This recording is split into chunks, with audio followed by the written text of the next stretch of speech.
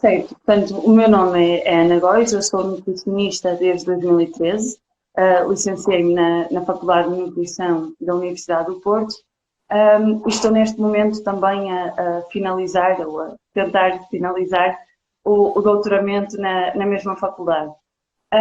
Trabalho atualmente numa empresa do setor alimentar, na área de inovação e desenvolvimento de novos produtos, e em paralelo dou também consultas, tanto numa área mais clínica como na área da nutrição no desporto, e dou também, tenho tido a oportunidade de dar formação nessas duas áreas, tanto a nutrição clínica como, sobretudo, na área da nutrição no desporto.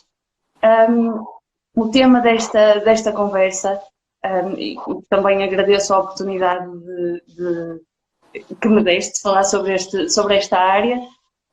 É uma área que eu não costumo falar, curiosamente, mas que acho que é importantíssima e que tem vindo, o meu interesse nesta área surgiu já desde a licenciatura, depois também vamos falar um bocadinho, talvez, do livro e que foi a minha tese de licenciatura, mas de facto eu acho que a quantificação da ingestão alimentar é fundamental e acaba por ser transversal a qualquer área de atuação do nutricionista, seja qual for, seja nutrição clínica, seja a nutrição no desporto, em todas as outras áreas, e se calhar vamos falar um bocadinho delas mais para a frente. Eu acho que esta questão da quantificação é muito importante. Muitas vezes damos a importância a uma série de outros aspectos e falhamos nesta questão que é tão básica e que depois, em termos de consequências e de erros, acaba por ter um grande impacto. Com certeza. É até quando a gente foi tentar definir um tema que seria legal, né? E surgiu esse tema, eu fiquei bem feliz, porque eu acho que é um tema de extrema importância e que você é a pessoa certa para falar. E ao mesmo tempo, a gente tem focado nas lives um pouco mais no esporte, mas é um tema tão importante que não dá para ficar só no esporte. A gente vai abrir um contexto, porque eu acho que vai ajudar muito, né? Não só as pessoas que não são da área, mas os próprios profissionais, né? E já dando a partida, eu queria saber primeiro o que se tem hoje de material em Portugal nesse sentido, e aí já pedir para você falar do doutorado, até do livro, para a gente já conhecer um pouquinho do seu trabalho. Certo. Portanto, daquilo que eu conheço, e na altura também, portanto, as coisas estão um bocadinho diferentes de há uns anos, quando eu fiz a licenciatura e quando escolhi o tema da minha tese. Na altura, e eram as duas principais ferramentas que nós usávamos nas aulas, era um artigo já de 1993, um artigo numa docente lá da faculdade, da professora Teresa Amaral, que é autora também do livro, e que era um artigo que nos apresentava as porções médias dos principais alimentos, mas era um artigo de 10 páginas e tinha uma série de tabelas com as porções médias. Para além disso, desse documento havia um álbum fotográfico que nós também usávamos nas aulas, mas o que realmente nós percebíamos é que faltavam alimentos, e ainda hoje nós vemos que nesses instrumentos a grande dificuldade realmente é incluir todos os alimentos. Nunca vão ser, essa é a conclusão a que infelizmente eu chego, é que nunca vão ser documentos completos, é impossível. É frustrante até, porque nós tentamos incluir tudo e há sempre alimentos que faltam. Nós estamos constantemente a perceber que há alimentos novos, ou que são alimentos que até já existiam, mas nós não nos lembramos deles, pura e simplesmente. E, portanto, na altura surgiu essa ideia de atualizar o tal artigo que existia desde 1993. E pronto, surgiu, da minha tese de licenciatura, resultou a primeira edição do livro Pesos e Porções, que na altura, portanto, nós fomos um grupo de 5 nutricionistas a fazer pesagens, e nós conseguimos logo na primeira edição que o livro tivesse muito mais do que as 10 páginas do artigo original, e conseguimos na altura apresentar dados relativos a mais de 1000 alimentos ou itens alimentares. num total de pesagens de 20 e qualquer coisa mil, não sei agora de cor, 20 e tal mil pesagens. E realmente algumas das dificuldades e das limitações que vamos falar um pouco mais à frente que eu sinto nesta questão das pesagens é que efetivamente mesmo quando pensamos, por exemplo, em medidas caseiras, não há uniformização, portanto, uma colher de sopa das minhas é completamente diferente da tua. Claro que o impacto disto no final de um dia, se nós pensarmos numa colher de sopa, é mínimo. A questão é que nós comemos muitas colheres de sopa de muitos alimentos. Portanto, no total, no final de um dia, o facto de termos uma colher de sopa diferente uma da outra pode fazer diferença. Não digo toda a diferença, claro, temos que olhar para o dia alimentar como um todo, mas pode efetivamente ter algum impacto. E quando eu falo de colheres de sopa, falo de pratos, de taças, de copos. E, portanto, podemos ter aqui algum erro e pode ter algum impacto em termos até de plano alimentar e de sucesso ou não de um plano alimentar. Entretanto, só dizer-te que em Portugal, recentemente, portanto eu penso que tem 2 anos, que saiu um novo álbum fotográfico, também já bem mais completo do que aquele que tínhamos. Este álbum tem, eu creio que são quase 200 alimentos. Nos álbuns é muito mais difícil ter um álbum com muitos alimentos do que o meu livro, não é? No meu livro, eu não digo basta pesar, porque mesmo pesar é difícil ter muitos alimentos, mas um álbum fotográfico exige um outro trabalho, portanto, em termos de preparação, de fotografias, de edição, etc. Mas sim, este novo álbum fotográfico está disponível online, portanto qualquer pessoa depois pode ter acesso. Legal. Podemos até enviar o link ou enviar o PDF. Mas sim, ele está disponível e eu acho que é uma ferramenta que também pode ser interessante tanto para os profissionais como para qualquer pessoa que queira ter uma noção do peso dos alimentos que consome. Com certeza, é legal depois passar o link, seria interessante, sim. E eu acho que a gente fala até das pessoas, mas hoje eu li um artigo que o Rinaldo me mandou, que ele vai participar, e comparava nutricionistas com pessoas normais. E eles tentaram ver como é que era a questão como eles reportavam a alimentação, se subreportavam ou não. Apesar dos nutricionistas subreportarem menos, né? Acho que os leigos eram 400 calorias a menos, a média, e o dos nutricionistas eram 200. Mas ainda é algo. E dentro do grupo tinha uma variação, tinha gente que subreportou quase 2.000 calorias. 2.000 calorias, né? Para você ver como realmente tem um impacto grande, né? E já entrando... Pode falar. Continua, sim. Não, e aí eu ia falar, já entrando até nessa parte, você já citou de alguns erros que podem acontecer. Eu queria saber quais são os grupos de alimentos, né, ou alimentos que são mais comuns dentro da prática clínica, as pessoas errarem ali no porcionamento. Quais seriam os alimentos? Há vários. Eu diria um alimento que eu confesso que sou, agora já entrando aqui um bocadinho na prática clínica, em consulta muito chata, é em relação ao pão. Portanto, não que eu ache, e há muito medo do pão, não que eu ache que o pão não possa ser incluído num plano alimentar. Pode, claro que sim. Nós vemos até muitas vezes as pessoas a tentarem substituir o pão por outras alternativas que até nem gostam tanto, mas que há muito medo do pão. E muitas vezes acabam por fazer substituições erradas e o pão era uma alternativa muito mais interessante. Mas, efetivamente, um dos principais cuidados que temos que ter em relação ao pão é o peso.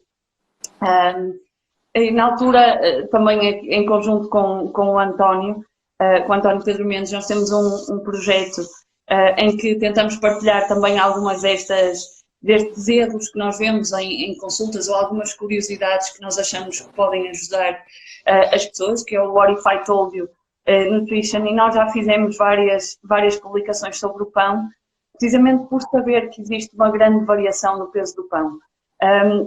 Eu lembro-me que na altura fizemos uma publicação em que nós tiramos fotografia a 9 pães. Na altura eu tinha comprado, creio que foi numa padaria, num supermercado aqui no Porto, portanto, pães comprados no mesmo dia ou em 2 dias, já não me recordo, e nós tínhamos pães de 50 gramas, 51, e pães que tinham 120. E visualmente eles não eram muito diferentes. O que é que eu quero dizer com isto? São de 51 gramas para 120 gramas, são mais de 150 calorias de diferença. E portanto, claro que se a pessoa comer um pão por semana, isto vai ter um impacto mínimo, para dizer que nem é significativo, mas se a pessoa comer 2 pães por dia, tem um impacto brutal, porque são 300 calorias de diferença todos os dias. E, portanto, no caso do pão, não tem que ser proibido de todo, mas tem que haver aqui algum cuidado. Claro que nós também aqui nesta questão das pesagens, vai depender muito da pessoa com quem estamos a falar. Há pessoas que nós sabemos que depois da primeira consulta vão comprar a balança e vão pesar tudo direitinho e vão cumprir o plano alimentar ao grama. E há pessoas que nós sabemos que nunca vão pegar numa balança na vida. Portanto, depois há aqui uma série de estratégias que temos que tentar encontrar e também em conjunto com a pessoa para percebermos de que forma é que conseguimos ajudar, mas acho que é fundamental nós alertarmos para este tipo de cuidado que é necessário ter. Porque há pães que efetivamente nós podemos comer o pão inteiro e há outros que se calhar temos que comer só metade. Portanto, é aqui esta gestão que depois cabe a cada pessoa fazer. Com certeza. E eu acho também que visualmente influencia muito, né?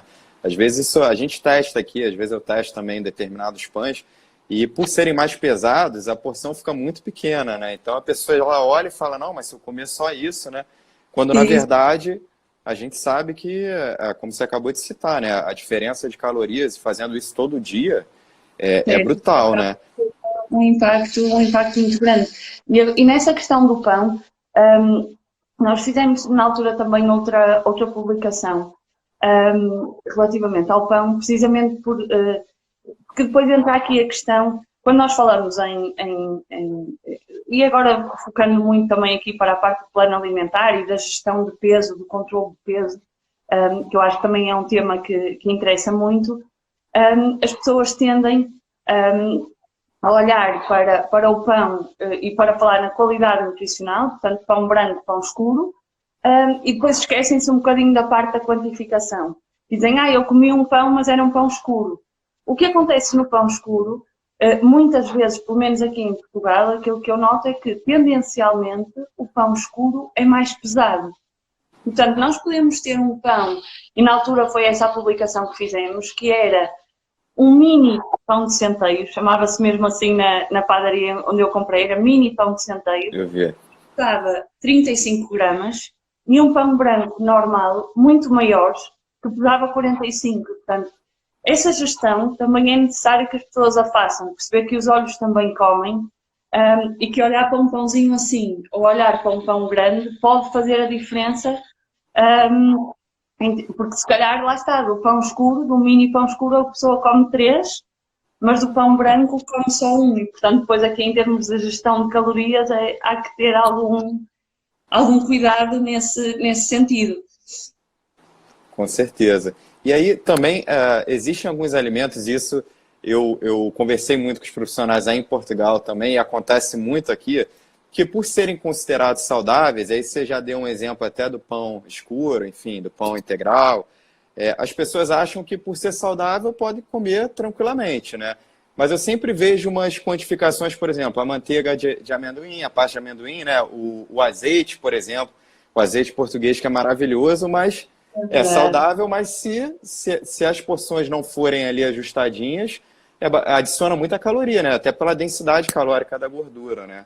É muito comum os pacientes quantificarem errado esse tipo de alimento? Como é que é?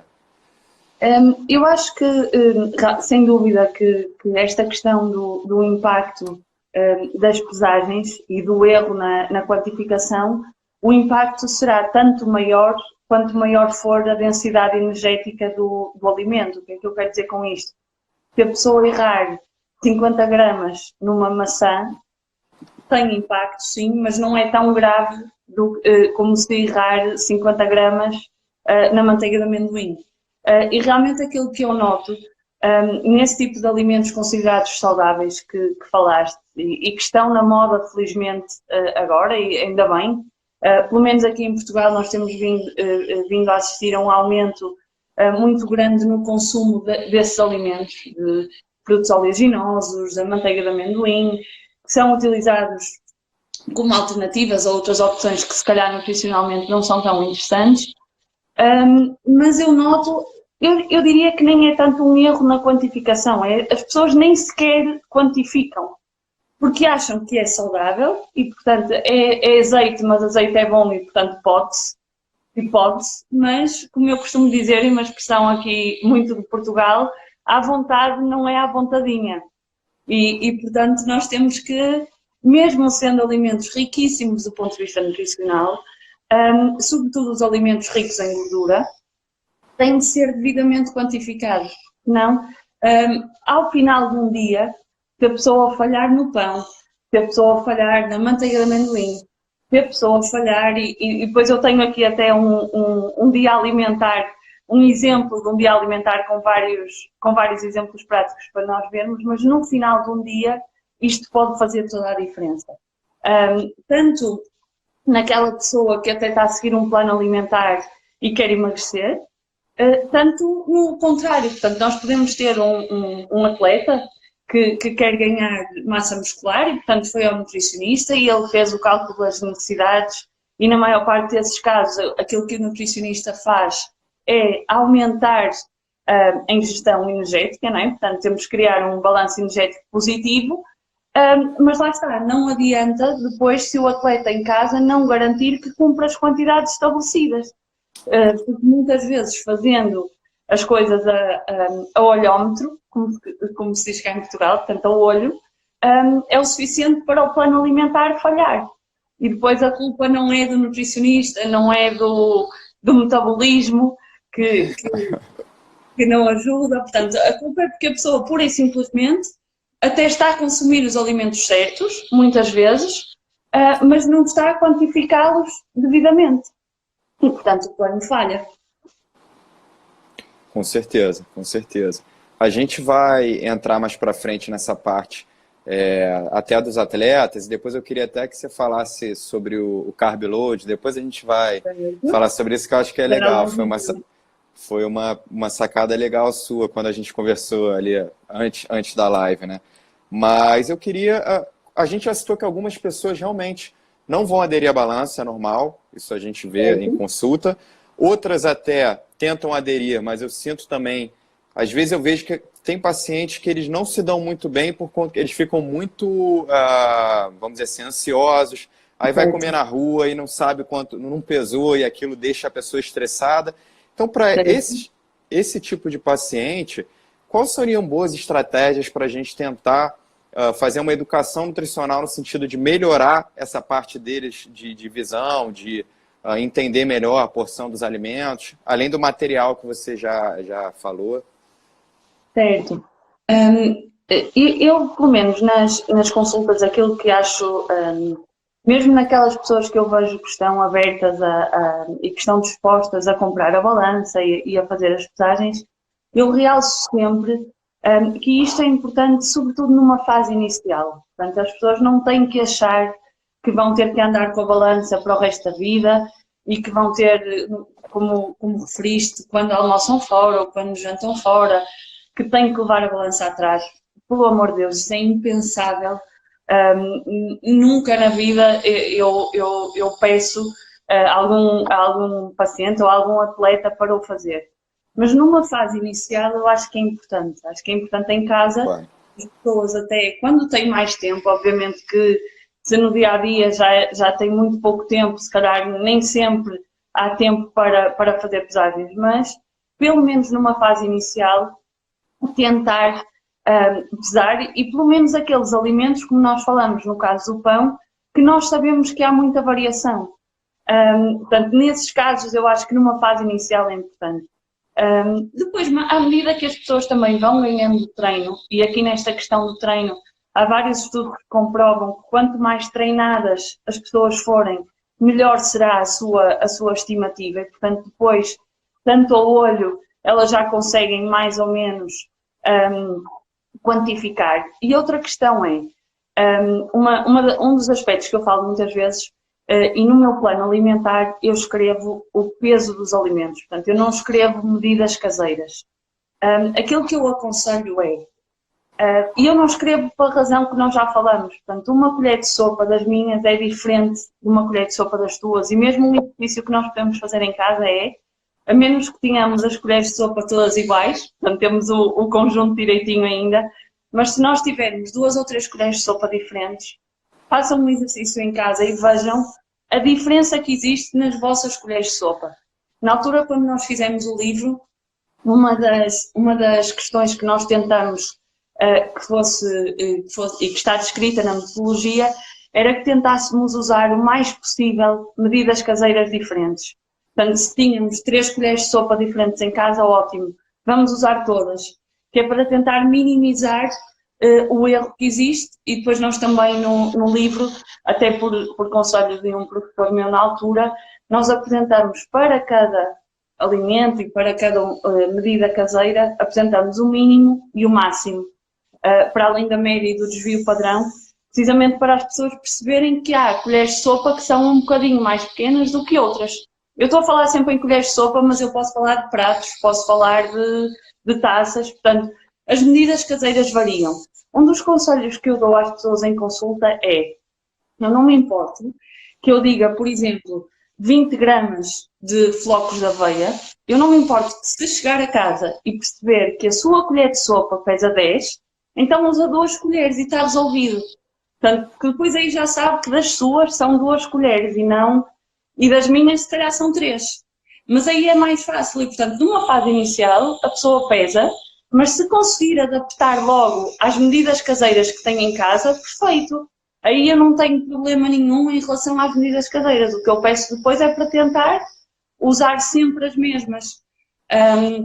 Outra questão, por exemplo, se nós virmos que a pessoa não tem balança, não vai pesar, não está para aí motivada sequer, é nós tentarmos ao máximo incluir opções no plano que nós saibamos que não vai ser tão necessário pesar. Por exemplo, vou dar agora um exemplo no pequeno almoço e pegando aqui, ou no lanche, pegando aqui na opção dos flocos de aveia. Aqui em Portugal nós temos uns cereais que são os Weetabix, não sei se aí existe. Acho São que assim, não. uma espécie de umas bolachinhas, eu tenho uma paciente que lhe chama um fardinho de palha, porque é assim um montinho de cereais. E porquê que o Weetabix é muito prático e muito conveniente? Porque a pessoa sabe que é neste caso, e não são 20 gramas de flocos de aveia. E portanto são opções nutricionalmente equivalentes, se a pessoa gostar das duas, obviamente, porque aqui nunca podemos esquecer que convém a pessoa gostar do que está a comer, é o mais importante, e às vezes infelizmente há alturas que nos esquecemos um bocadinho, que vejo colegas a esquecerem-se um bocadinho disso. Mas se efetivamente nós temos uma pessoa que gosta de flocos de aveia e de Weetabix, então por que não facilitar as coisas e sugerir o Weetabix, porque a pessoa não tem que pesar, não tem que se chatear, só tem que pegar numa unidade e está. Portanto, dei este exemplo, mas há vários em que nós sabemos que são alimentos em que não há muito erro entre eles e, portanto, se a pessoa não pesar, o prejuízo não vai ser assim tão grande. Portanto, eu acho que em pessoas que nós sabemos que têm mais dificuldade ou menos tempo, menos disponibilidade para pesar, estas podem ser algumas estratégias. Depois, claro que há ferramentas, os álbuns, há determinadas aplicações.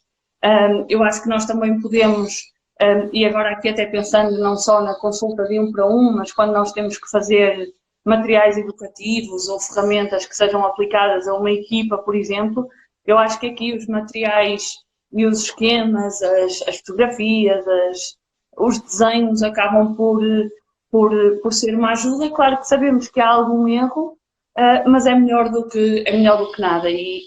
Por exemplo, aquela questão que vemos muitas vezes do prato dividido em três, em que, sei lá, no dia de jogo nós temos os hidratos de carbono a ocupar metade do prato e em dias de treinos com menor intensidade ocupam só um quarto. Claro que voltamos à questão.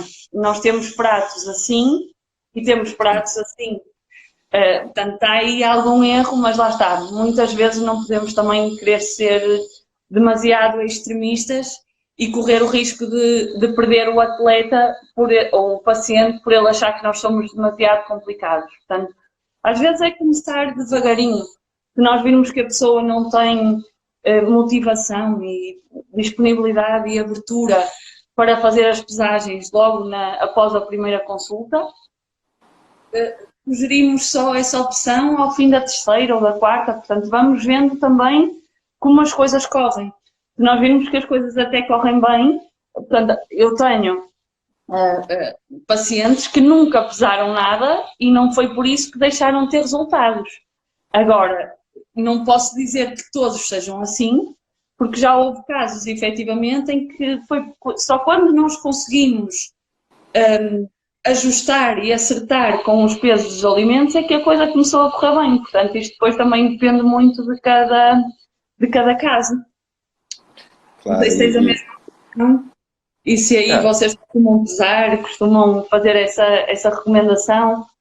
Sim, é claro como você falou, né? Cada indivíduo a gente vai atender de uma forma e etc.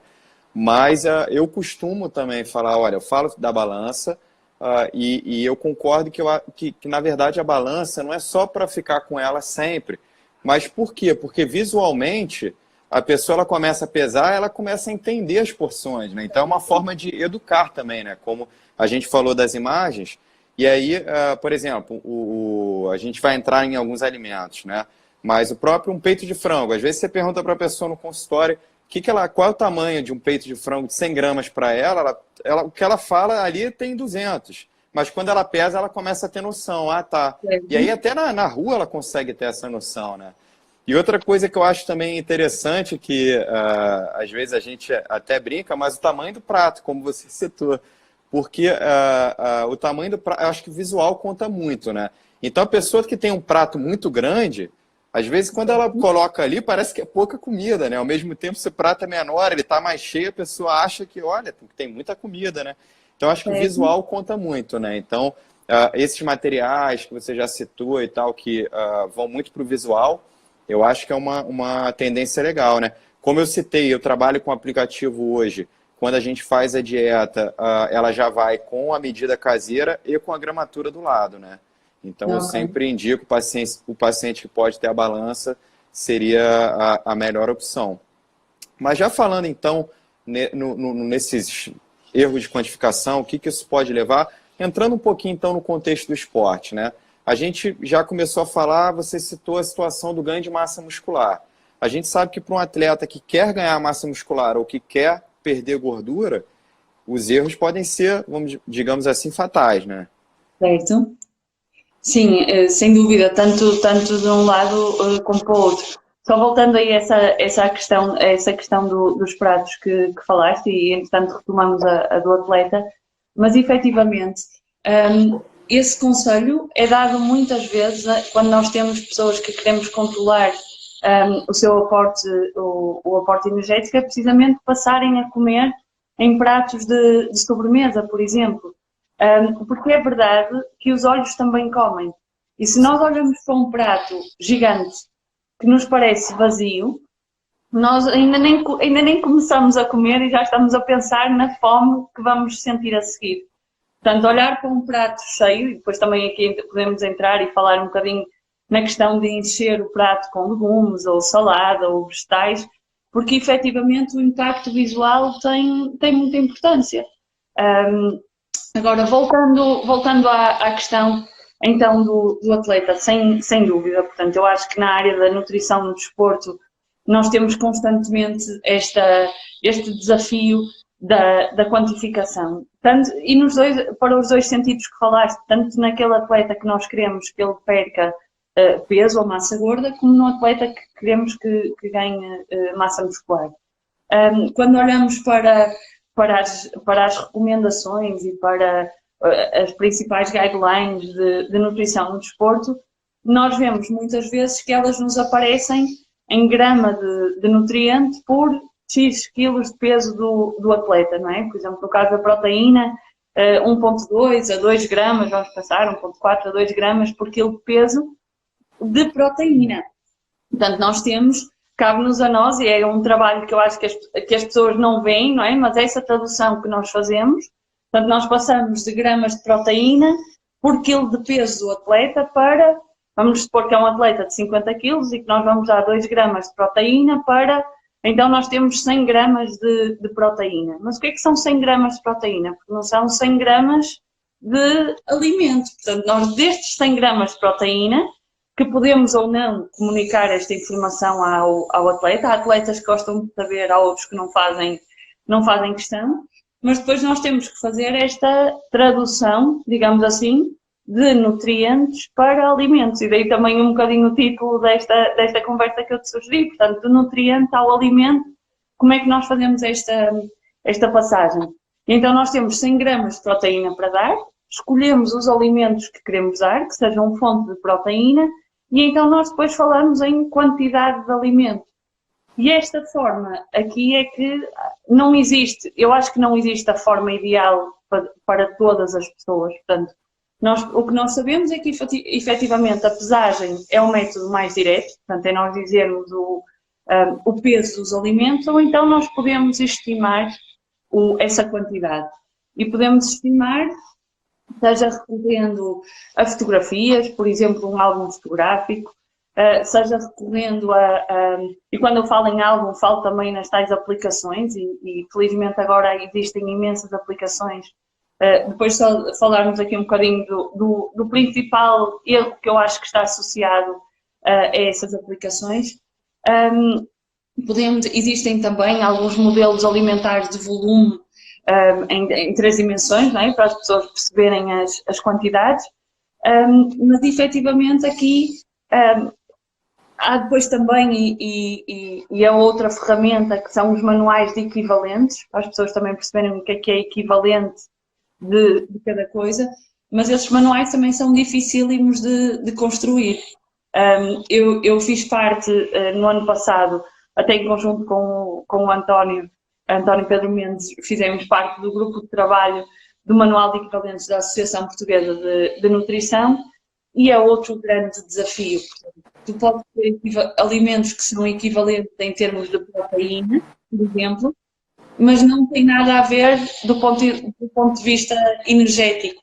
E aqui até nós podíamos pensar, como já falámos, como já também tiveste esta conversa esta semana, do atleta vegetariano, em que sem dúvida que nós podemos ter alimentos que são equivalentes do ponto de vista proteico, nós podemos fazer equivaler o frango ao tofu em termos de proteína, mas depois sabemos que do ponto de vista energético estamos a falar de diferenças consideráveis. Portanto, depois aqui voltamos à questão das calorias e do balanço energético, que é fundamental, seja para perder peso ou seja para ganhar. Entretanto, não sei se me perdi um bocadinho na tua pergunta. Não. Nós temos sempre que perceber que temos que fazer a tradução de nutrientes para alimentos, mas que depois um alimento não é só proteína ou não é só gordura, e que nós até acertamos tudo muito bem para a proteína, mas depois as calorias disparam. E, portanto, no atleta vegetariano há muitas vezes essa dificuldade, porque nós acertamos a proteína, mas nós vemos tendencialmente que a quantidade de alimento que nós temos que dar é muito superior aos alimentos de origem animal. E então, de repente, se nós temos um atleta vegetariano que quer perder peso, e portanto temos que ter cuidado e fazer toda uma gestão de calorias, há alimentos que, então, a manteiga de amendoim, nesses casos não é uma fonte de proteína, porque para nós darmos o que nós conseguimos com um scoop de proteína whey, nós precisamos de imensa quantidade de manteiga de amendoim e as calorias são 5 vezes superiores para aquela quantidade de proteína. Portanto, é sempre aqui uma ginástica que nós temos que ter, mas que, lá está, a base é a quantificação. Eu sei que sou um bocadinho suspeita para falar em quantificação, mas acho que é fundamental. Nas diferentes áreas de atuação do nutricionista. E eu concordo mesmo. Então, já pegando o gancho sobre os problemas dos aplicativos que você ia falar, qual seria? Eu acho que, e vejo até muitas pessoas chegam à consulta e já utilizam ou conhecem algum amigo que utiliza e perguntam se podem utilizar. E um dos principais erros que eu vejo em relação a essas aplicações é precisamente quando as pessoas assumem as porções que já lá estão definidas. Portanto, há algumas aplicações que têm a funcionalidade de a pessoa introduzir o peso certo, mas lá está, isso pressupõe que a pessoa pese o alimento, ou então há alimentos que têm o peso na embalagem e que esse é mais fácil de quantificar e de a pessoa até inserir a quantidade na aplicação. Mas nas refeições principais, por exemplo, quando nós falamos de arroz, de frango, de batata, muitas vezes as pessoas utilizam a porção pré-definida que está na aplicação e que muitas vezes não tem nada a ver com aquilo que consomem. E depois voltamos àquela questão que já falei, que é, se for uma vez numa semana ou num mês, o impacto vai ser nulo, mas se a pessoa estimar mal o arroz, o frango, ao almoço e ao jantar, estimar mal a aveia do pequeno almoço, estimar mal o pão do lanche, chega ao final do dia com 500 calorias de diferença face àquilo que ingeriu, seja mais ou menos. Portanto, eu pelo menos trabalho mais no sentido da gestão de peso e da perda de peso, mas o mesmo se verifica se o objetivo for ganhar peso, em que a pessoa tem que comer mais energia, mais calorias do que aquelas que gasta. Com certeza. E para ficar nesse contexto do esporte, só para a gente finalizar essa parte, a gente ia falar do carb load, né? Então é um exemplo clássico, né?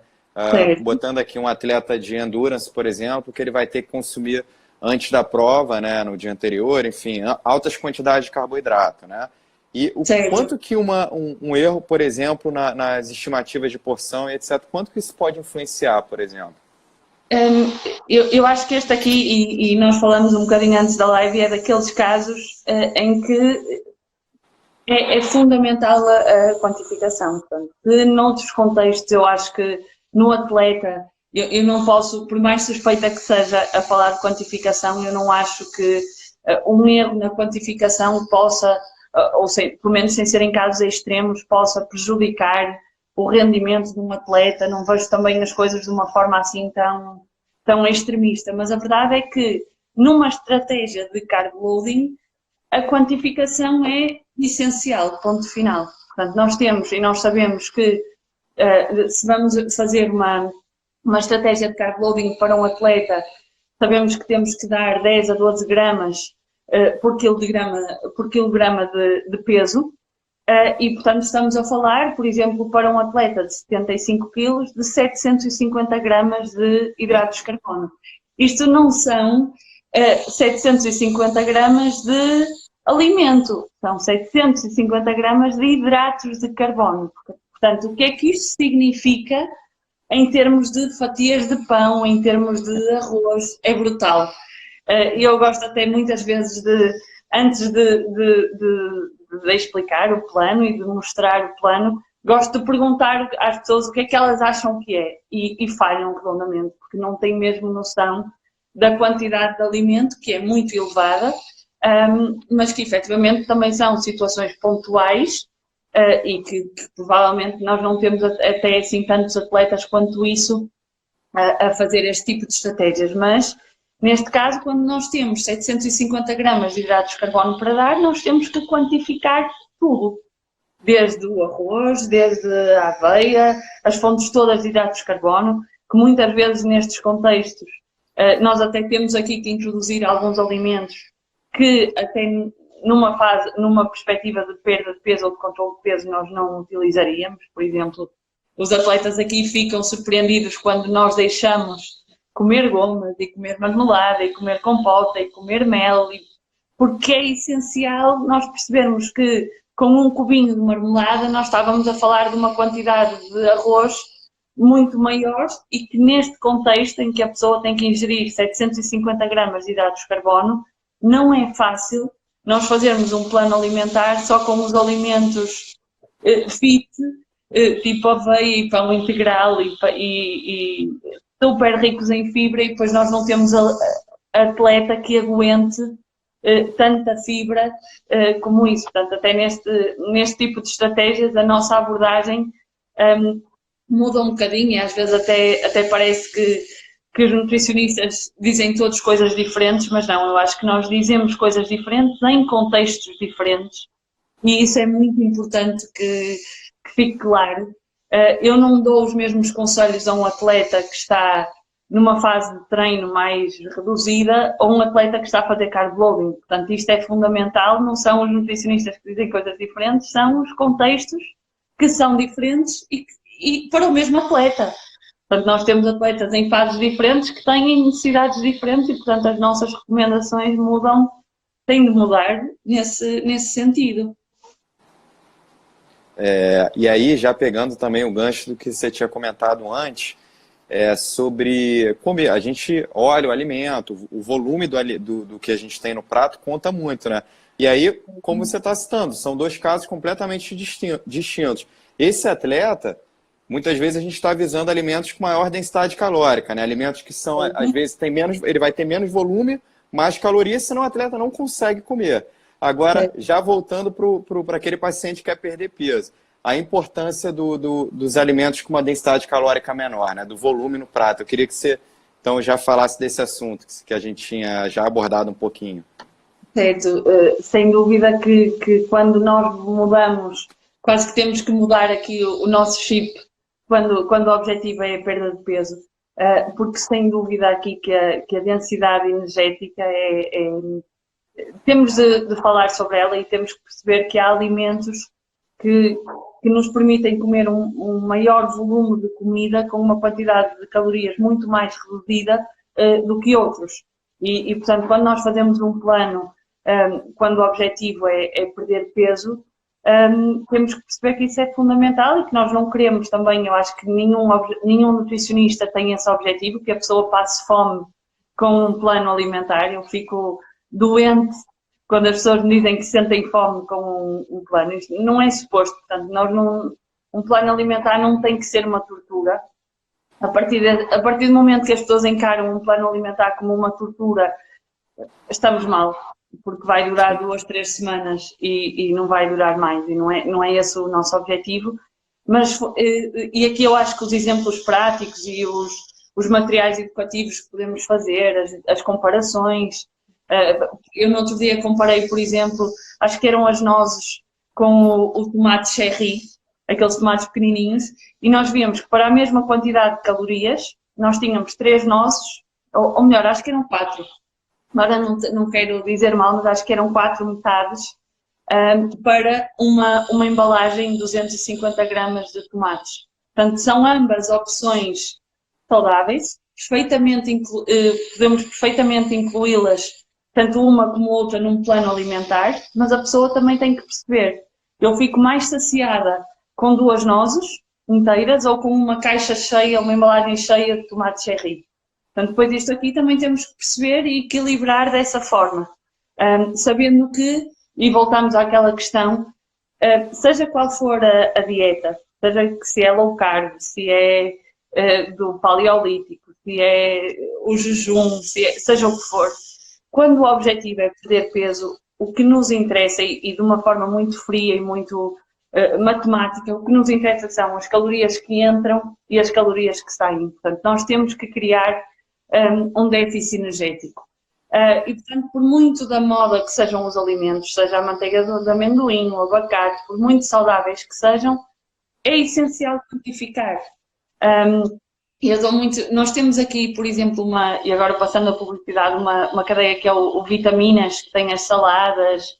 Conheço. Eu dou muitas vezes o exemplo de que uma salada de vitaminas pode ser mais calórica do que um menu do McDonald's.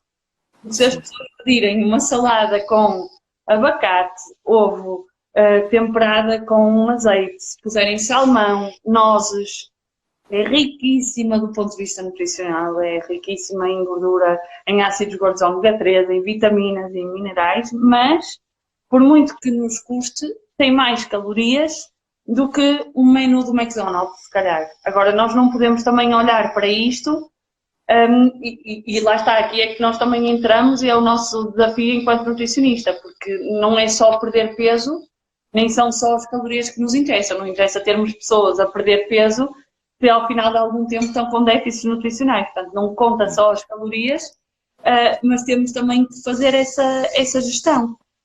E eu fiz, por exemplo, como te dizia, um exemplo de um dia alimentar eu escolhi 7 erros. E vamos aqui para terminar de falar dos 7. Que eu escolhi estes alimentos porque acho que são alimentos que até num plano alimentar para perda de peso podiam perfeitamente ser incluídos e são alimentos saudáveis, em que, por exemplo, nós temos o pão, começando pelo pão, e vamos supor que nós tu fazias um plano, Fernando, com um pão de 50 gramas. Vamos fazer de conta que tu és o nutricionista, eu sou a paciente agora. É. Portanto, tu dizias-me um pão de 50 gramas e eu tinha preguiça, não pegava na balança e parecia-me um pão pequenino, mas comia um pão de 90. Portanto, 50 para 90, visualmente a diferença não é assim tão grande quanto isso, mas são aqui 89 calorias de diferença, já. Portanto, vamos somando. Depois tu dizias, eu ia comer um pão com manteiga de amendoim e tu dizias uma colher de chá, mas uma colher de chá é pouquinho, vou pôr uma colher de sopa. Não faz muita diferença, vou pôr uma colher de sopa. Portanto, uma colher de chá para uma colher de sopa são mais de 100 calorias de diferença, portanto, 78. Vamos juntando com as 89. Depois, por exemplo, sei lá, à meio da manhã, tu dizias para eu comer uma maçã pequena e até punhas o peso, até punhas a foto, mas eu pegava uma maçã média que tinha em casa e também não ia, eu acho que não era muito grande, só que a maçã que eu tinha em casa pesava 175. Então aqui já são 43 calorias de diferença. Depois vamos supor no almoço, tu dizias meio prato de arroz, e eu comia meio prato de arroz, só que a questão é que o meu prato é maior que o teu. E portanto, no meu prato de arroz, como cabe mais arroz do que no teu prato, eu estou a comer mais 50 ou 60 calorias do que aquelas que tu calculaste no meu plano. Entretanto, tu disseste para eu pôr uma colher de sopa de azeite para temperar a salada, só que eu temperei a olho. Nós aqui chamamos, como eu já disse, a olhómetro. Portanto, eu pus a colher de sopa e temperei assim a olho, mas não pus muito. Não pus muito. Só que lá está, a diferença da quantidade que eu pus para a quantidade que tu me disseste para pôr já são 120 calorias de diferença. Entretanto, à tarde, eu vou lanchar papas de aveia e tu no plano disseste 3 colheres de sopa, só que as minhas colheres de sopa aqui em Portugal são maiores do que as tuas aí no Brasil. Então nós temos aqui mais quase 50 calorias de diferença, porque eu pus 3 colheres de sopa das minhas, que pesam mais do que as tuas. E depois no jantar, eu até só comi uma salada com frango, com peito de frango, e tu disseste 120 gramas, mas eu pus um bocadinho mais, porque também é proteína e proteína pode-se, é muita ideia que as pessoas têm. Eu nem comi hidratos de carbono. Exatamente. Mas comi frango e pus um bocadinho mais. Portanto, em vez dos 120, pus 200. São mais 120 calorias de diferença. Fernando, no final do dia, vamos fazer de conta que eu queria emagrecer e tu fizeste-me um plano alimentar, calculaste as minhas necessidades energéticas, fizeste os cálculos todos para criar um déficit energético de 500 calorias e no final do dia, ao longo destes 7 exemplos que eu te dei, eu comi mais 592 calorias do que aquelas que tu me disseste. Portanto, no final do dia, o teu plano não vai resultar. Ou seja, quando eu digo no final do dia, digo que eu vou repetir estes erros amanhã, na quarta, na quinta, na sexta. E, portanto, eu chego ao final da semana e a culpa é do Fernando, porque o plano do Fernando não resultou e eu comi, não é? E, portanto, por falhar nas quantidades, eu comi todos os dias mais 600 calorias do que aquelas que era suposto. E eu nem comi, juro, Fernando, que nem comi chocolates, nem comi... Eu fiz o plano direitinho, só com os alimentos que tu mandaste, mas não tive resultados. E é um bocadinho esta a mensagem que eu tento passar sempre, que a quantificação parece que é só um pormenor, mas é tudo nestes casos. É a diferença entre ter resultados e não ter. E depois, claro que é frustrante para a pessoa porque não tem resultados, é frustrante para nós, nutricionistas e outros profissionais que tentam ajudar da melhor forma e que fazem os cálculos todos e que arranjam as alternativas todas, mas que no final, se a pessoa não quantificar devidamente aquilo que come, não temos, podemos não ter resultados e acabam se calhar até por trocar de nutricionista e se repetirem esses erros, não vão ter sucesso, com certeza. Isso eu acho que é igual. Acho que não tem daqui de Portugal para o Brasil é a mesma coisa. É o que a gente acompanha. As pessoas juram de pé junto, mas eu fiz tudo certinho. Só às vezes no fim de semana que eu dei uma saída, mas às vezes não foi nem a saída do fim de semana. É o que ela está fazendo também. É claro que a saída no fim de semana conta, mas o que ela está fazendo diariamente, né? O impacto é grande, né? E com certeza, a gente passa por isso aqui, é super normal. E aí já duas coisas. Uma era do vitaminas, que eu tinha um amigo aí em Portugal, que ele também não sabia porque não emagrecia. Eu falei, cara, pô, mas você tá falando que come tudo direitinho, né? Ah, come tudo direitinho e tal, mas como 3 vezes na rua só, mas eu como no vitaminas, que é saudável. Aí a salada deles vai ter umas 1000 calorias, aquela saladinha que ele comia. Então, esse foi um caso. E outra coisa que eu percebia também muito em Portugal, que também é igual no Brasil, mas são 2 alimentos que aí são bem característicos, que é a batata, por exemplo, e o azeite. A batata inglesa, né? Então, as pessoas vinham e falavam assim, mas eu cortei a batata, porque é hidrato de carbono, engorda. Mas a batata, por exemplo, ela tem uma densidade calórica relativamente baixa, né? Ela dá mais volume até o prato por menos caloria. E o azeite, ele é muito... E, ao contrário, coloca azeite ali como se não tivesse amanhã, né? E aí... Isso, sem dúvida. E lá está, e voltamos àquela questão, e o azeite eu acho que é importantíssimo as pessoas quantificarem. Portanto, lá está, era aquilo que falávamos um pouco no início. Quando nós temos que escolher, ou se percebermos que nós temos pessoas que não vão pesar tudo, se calhar numa primeira fase nós temos, ok, não é para pesar tudo, mas então vamos só pesar o pão e o azeite. Porque nós sabemos que efetivamente são os mais problemáticos e é muito comum eu ter em consulta, na segunda consulta ou na terceira consulta, pessoas que depois me dizem realmente tinha razão. Eu punha uma quantidade de azeite brutal e não tinha noção. E era aquilo um pouco que tu dizias e que eu também dei esse exemplo. Nós vemos pessoas com muito medo do arroz, da massa, da batata, do pão, dos hidratos de carbono, tudo ao jantar. Eu estava há pouco a brincar com isso, mas há muito medo dos hidratos de carbono ao jantar. E dizem, mas eu só comi uma saladinha. Pois, mas se for uma saladinha encharcada em azeite, tem mais calorias do que meio prato de arroz. E depois lá está. Enquanto que o azeite, primeiro as pessoas não veem, portanto são calorias invisíveis, como eu costumo dizer, as pessoas não veem e não sentem. Portanto, em termos de saciedade, pelo menos no momento, comer com uma colher de sopa de azeite ou 5 colheres de sopa de azeite não faz grande diferença. A questão é que se nós tivermos, em vez das 5 colheres de sopa de arroz, o equivalente de azeite, o equivalente em calorias de arroz ou massa ou de batata, faz toda a diferença. Porque a pessoa sente que está a comer e sente-se saciada.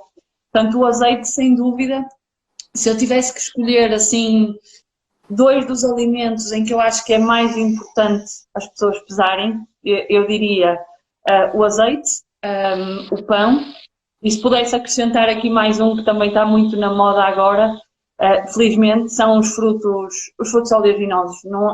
Também a manteiga de amendoim, portanto, e a manteiga de amêndoa, etc. Mas mesmo os frutos oleaginosos, as nozes, as amêndoas, nós vemos sobretudo para aquelas pessoas que gostam muito destes alimentos e que têm dificuldade em controlar a quantidade que comem, e usam aquilo, às vezes quase que têm aquilo na secretária, vão comendo e só param quando o saco acaba, e não têm noção que 100 gramas de frutos oleaginosos têm 500 ou 600 calorias e, portanto, para uma pessoa, agora pensando até aqui numa pessoa sedentária, numa senhora sedentária, em que nós estamos a fazer um plano de perda de peso para, sei lá, 1200, 1300 calorias, 100 gramas desses frutos oleaginosos representam metade do que essa senhora deveria consumir no dia todo. Portanto, esses alimentos acabam por ser problemáticos. Eu não gosto de dizer que deveriam ser proibidos, porque não acho que nenhum alimento seja proibido, mas efetivamente tem pessoas que têm dificuldade em controlar a quantidade que comem, pelo menos numa fase de controle de peso e de gestão de peso, pelo menos numa fase inicial, é importante, se calhar, evitar ter esses alimentos, ou pelo menos não é boa ideia ter o saco dos alimentos na secretária, porque vai dar asneira. Se a pessoa não gostar muito, à partida vai ser. Mas se gostar, tem tudo para correr mal. E eu acho que desculpa interromper, há determinadas coisas que nós temos que fazer também para nos ajudar um bocadinho, ou as pessoas têm que fazer para se ajudarem a elas próprias. Portanto, ninguém é de ferro, como eu costumo dizer, e para quem adora nozes, amêndoas e avelãs, ter o saco na secretária ali completamente disponível sempre não é uma boa ideia, porque vai dar asneira, seguramente. Com certeza. O que eu ia falar era só para complementar, era que ainda mais nesse momento, né, que as pessoas estão passando por uma certa ansiedade e tal, a gente sabe que isso influencia, deixar a despensa cheia, né? E a gente está não é a melhor ideia. E a gente está falando de alimentos que considerados saudáveis. Se a gente fosse extrapolar para o que não é considerado saudável, então aí a densidade energética também. Agora, só para deixar. Oi. Pode falar. Desculpa, para complementar um pouco o que tu estavas a dizer, é que eu acho realmente que aqui um dos problemas é exatamente esse. É porque quando as pessoas acham que é saudável, quase que há aqui uma certa... quase que já nem interessa a quantidade, porque é saudável. Enquanto que quando as pessoas sabem que não é saudável, por exemplo, vamos pensar em chocolate, por exemplo, as pessoas, por saberem que não é, ou que não é que o chocolate não possa ser incluído, mas quando nós temos alimentos, ou batatas fritas, o que seja, que nós sabemos que não é saudável, as pessoas têm logo algum cuidado, ou pelo menos tentam ter em termos de quantidade. Quando admitem que é saudável, quase que perdem um bocadinho esse cuidado e é saudável, por isso eu posso. E lá está, voltamos àquela questão. E muitas vezes até optam por coisas saudáveis em detrimento de outras e fazem muitíssimo bem, mas se comerem o dobro das coisas saudáveis, se calhar é pior a emenda que o soneto, como se costuma dizer cá em Portugal. Portanto, a quantidade, seja saudável ou não, importa. Com certeza, né? Eu até acho que você curtiu um post que eu fiz da tapioca, que aqui tem a de tapioca, que a paciente já chega no consultório com um sorriso assim, mas eu nem como mais pão, eu só como tapioca. E aí quando a gente vai ver a quantidade, eu falo assim, olha, você está comendo uma quantidade de pelo menos uns 4 pães aí, então acontece.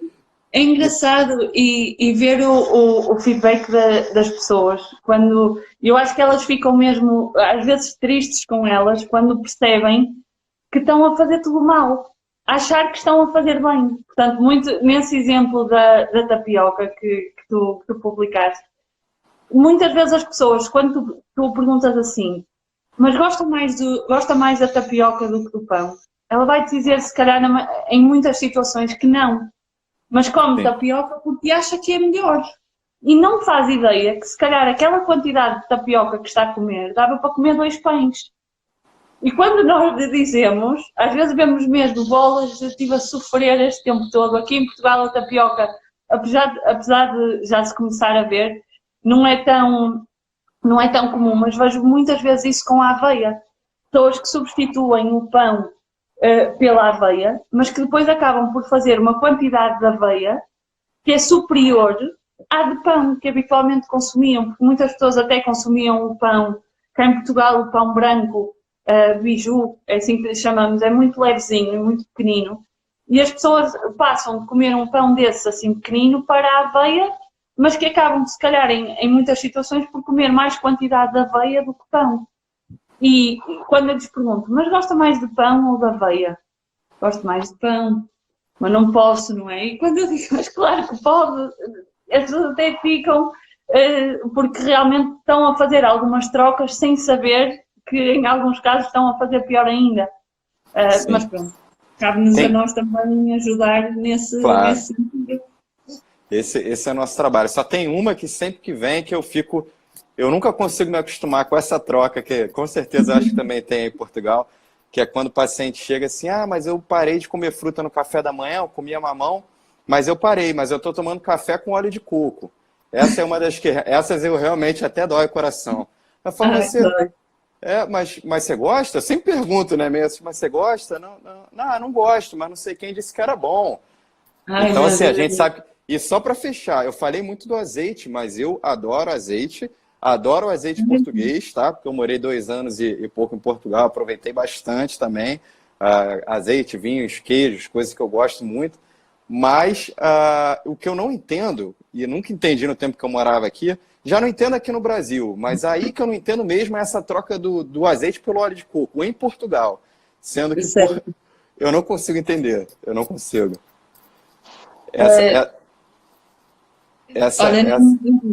Nem eu, até porque é estupidamente, desculpa o termo, mas é estupidamente mais caro. Mas lá está, é a desinformação que existe e que eu acho que, também penso que já falaste um bocadinho desta questão com o Vítor, mas que realmente o nosso papel agora, eu noto isso, tem vindo a piorar nos últimos anos, que é as pessoas chegam à consulta e nós quase que, elas já vêm com uma lista enorme do que não podem. E o nosso trabalho tem sido dizer, não, mas pode, mas isto pode. Mas porquê que não pode? Pode. E antes, se calhar, até antes de nós sermos nutricionistas, era o oposto. Portanto, o nutricionista dizia a todos o que é que não devem comer e agora nós fazemos o oposto.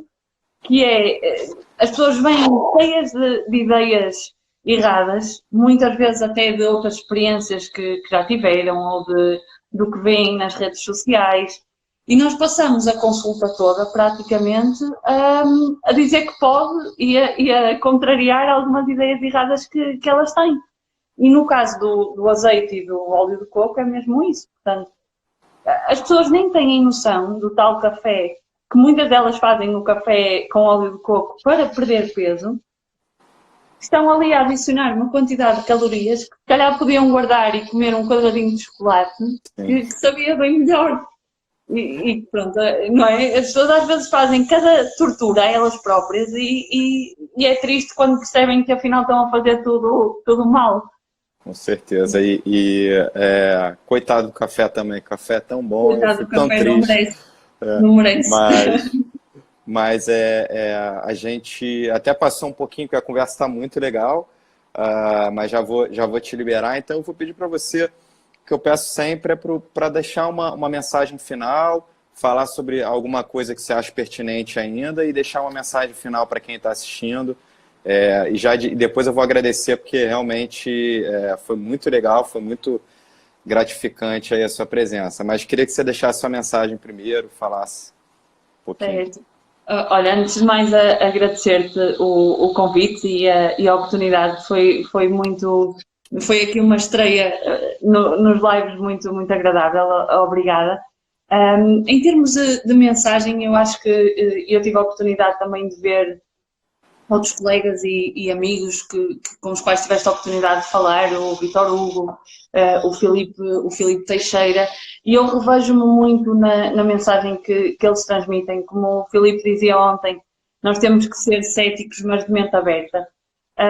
E é um bocadinho isso, não é? Nós temos que estar abertos a novas opiniões e a novas descobertas e à evolução da ciência. Mal era se nós fôssemos nutricionistas e não estivéssemos preocupados com a evolução da ciência, mas também temos que perceber que nós não podemos, que temos que ter um bocadinho de bom senso, de calma, de perceber que não é porque um estudo super recente que saiu ontem, não é um estudo que vai contrariar a nossa opinião e aquilo que sabemos de imensos anos de investigação. Portanto, nós temos que ter calma, bom senso, porque senão aquilo que nós transmitimos às pessoas acaba por ser completamente errado do que aquilo que é suposto. E depois, para muitas pessoas, a mensagem que passa, e que é triste, e que eu acho que nós devíamos, enquanto profissionais, pensar um pouco nisso, que é, os nutricionistas dizem que todas coisas diferentes, ninguém se entende, eu vou a um nutricionista que diz isto, eu vou a um nutricionista que diz aquilo. Eu acho que, tal como falávamos antes, também muito importante é perceber o contexto. Antes de criticar, e eu sinto muito isso na nossa área, vejo muitos profissionais a criticar o trabalho de outros colegas, e eu acho que nós, antes de criticar o trabalho ou um plano alimentar feito por um colega, temos que perceber para quem é que ele fez aquele plano, e que se calhar para aquela pessoa naquele momento, aquele foi o plano que o colega entendeu que era o melhor, não sendo ótimo, porque muitas vezes nós temos que também pensar nisso, nós sabemos que não é o ótimo, mas é o melhor para aquela pessoa, não quer dizer que nós não vamos tentando melhorar no futuro, mas acho que voltando à tua questão, que é um bocadinho isso, ter calma, transmitir as coisas sempre e os conhecimentos com base na evidência científica e no rigor. E aqui esta questão da quantificação passa muito por isso. Nós temos que ser rigorosos.